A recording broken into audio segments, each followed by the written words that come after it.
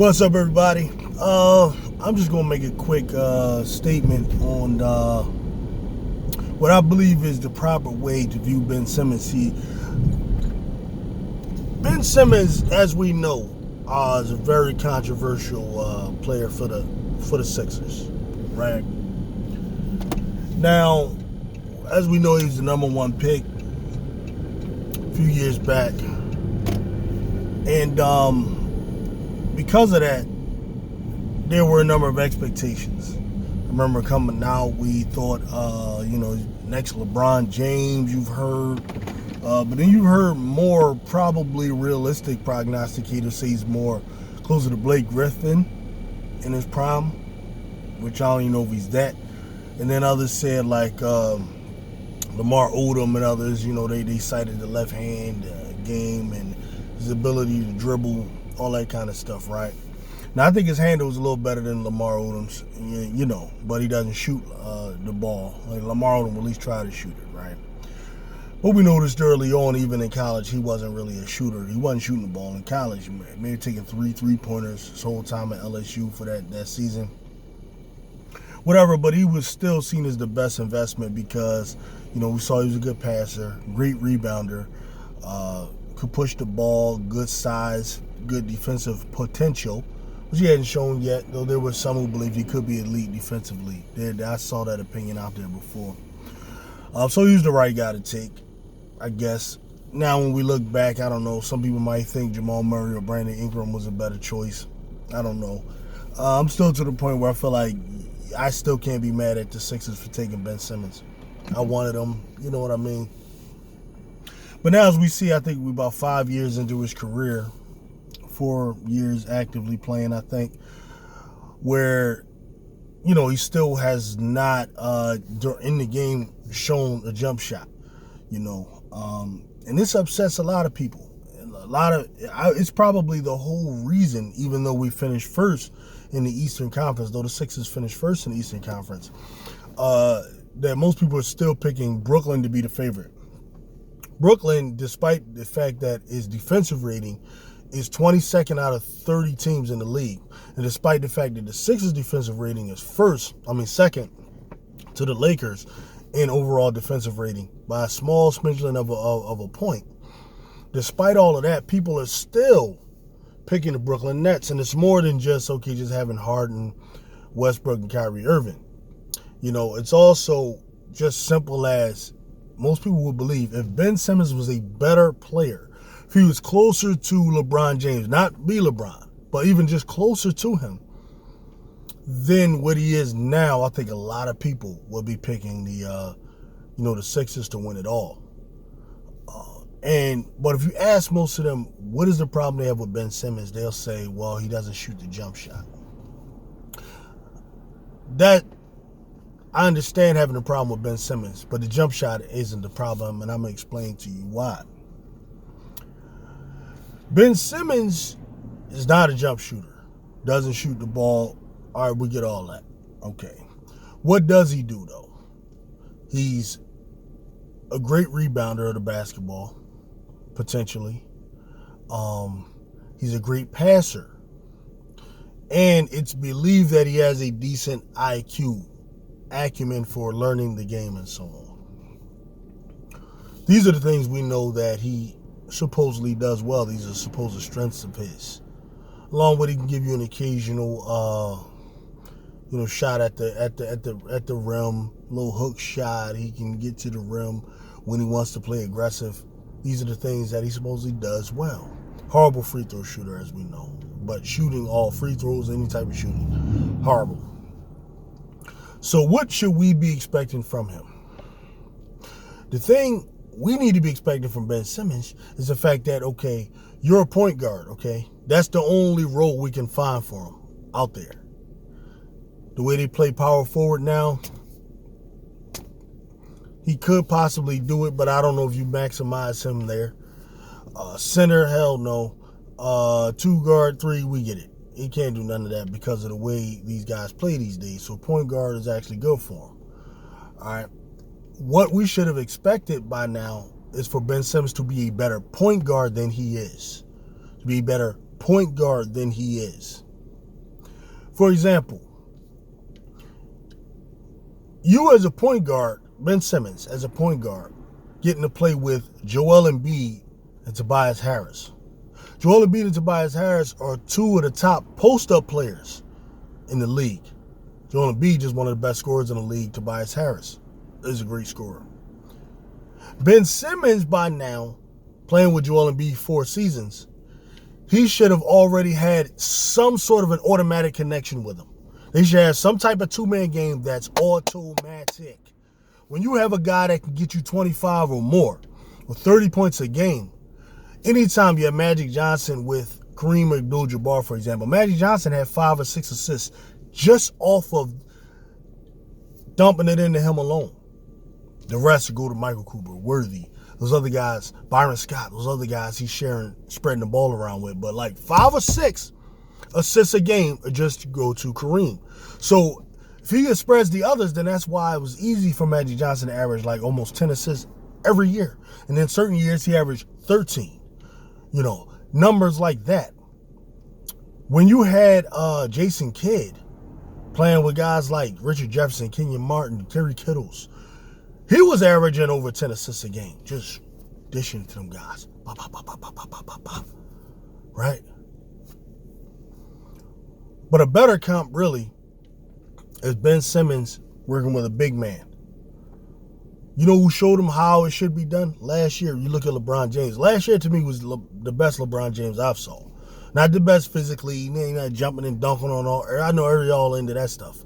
I'm talking about the way LeBron James actually just took on the point guard position, took on the point guard role, and he actually went out there and led the league in assists.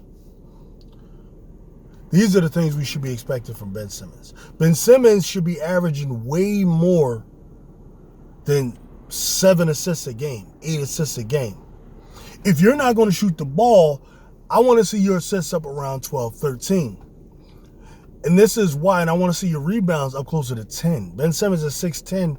If you're not going to be a shooter around the perimeter, if you're going to be in dunker spot, you're going to be in these types of places, I need more rebounds.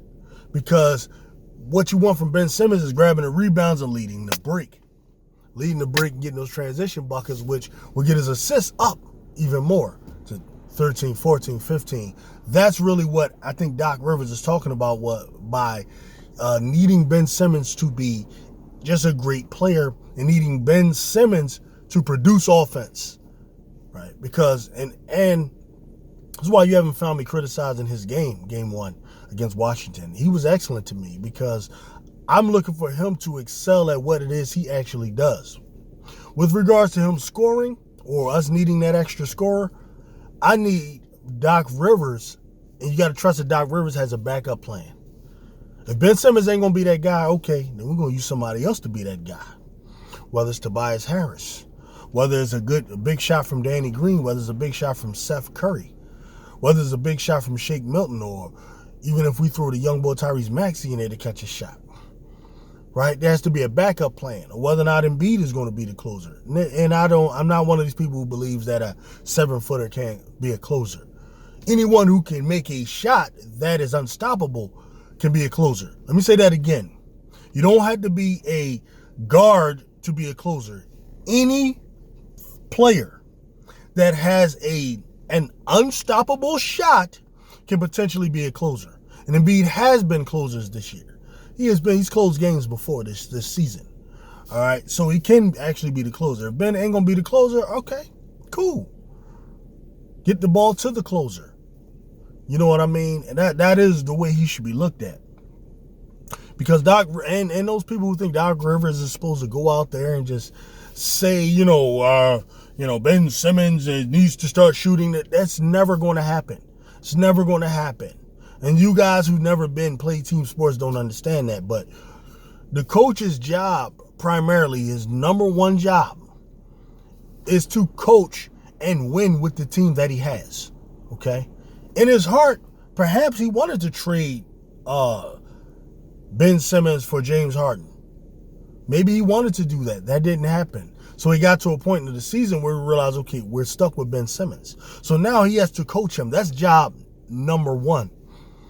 And part of that is you got to have this guy all locked in. Ben Simmons not going to win by being a player other than who he is. All right, so you need to, in order to have a chance to win, you need the best version of who he is. And that's just a great defensive player who's going to get you some extra possessions off of steals, who's going to get you some key stops, who's going to, if his game is on, which is, I'm telling you, that's the greatest part of his game I'm criticizing, is the fact that he doesn't have an established two-man game with Joel Embiid. And some of you can argue, well, the jump shot will help with that, whatever. And I'm not even arguing with that. What I'm saying is he has to figure that out. When you have a Joel Embiid, and trust me, Joel Embiid would have never had a problem with Ben Simmons. He wouldn't have a problem with the fact that Ben Simmons don't shoot if Ben Simmons was a guaranteed 6-7 assists just from Joel Embiid alone. That's how it should be. He should have 6 assists just off of dealing with Joel Embiid. You got a guy with unstoppable moves, right? That's where I hold Ben Simmons accountable, okay? As long as he continues to keep that up, like those 15 assists he had last game, I know he's not going to always have that, but if he can get his assists up around 10 consistently and then drop a 15 sometimes, a 13 sometimes, you know what I mean? That's what I'm looking for. That right there is what I'm looking for. And that's what we should be looking for, because that could be enough to actually win, a title this year, to get past Brooklyn. See, my opinion of Brooklyn is, while Brooklyn is, yeah, right there, see, that's up the bus, that's proof I'm really in Philly, right? I'm not in somewhere else, right? So, but the proof that the proof that you can win with a defensive team, just look at the last 2 seasons. What was the defensive rating of the Lakers last year? Top 5 defense. Last year, the year before the Lakers, who won? The Toronto Raptors. What was their defensive rating? I believe they were the top defense in the league. And then you can go back to Golden State. Everybody wants to talk about Golden State dropping the threes, Klay Thompson, Steph Curry, and Kevin Durant, and all of that. But every Golden State team that won a title during their dynasty was a top defensive team in the league. A top defensive team in the league. And while most of you love, Golden State's three-point shooting, the thing that impressed me most about Golden State, even when they had the Big Four, with Kevin Durant, was they didn't lead the league in three-pointers. Actually, the Houston Rockets led the league in three-pointers.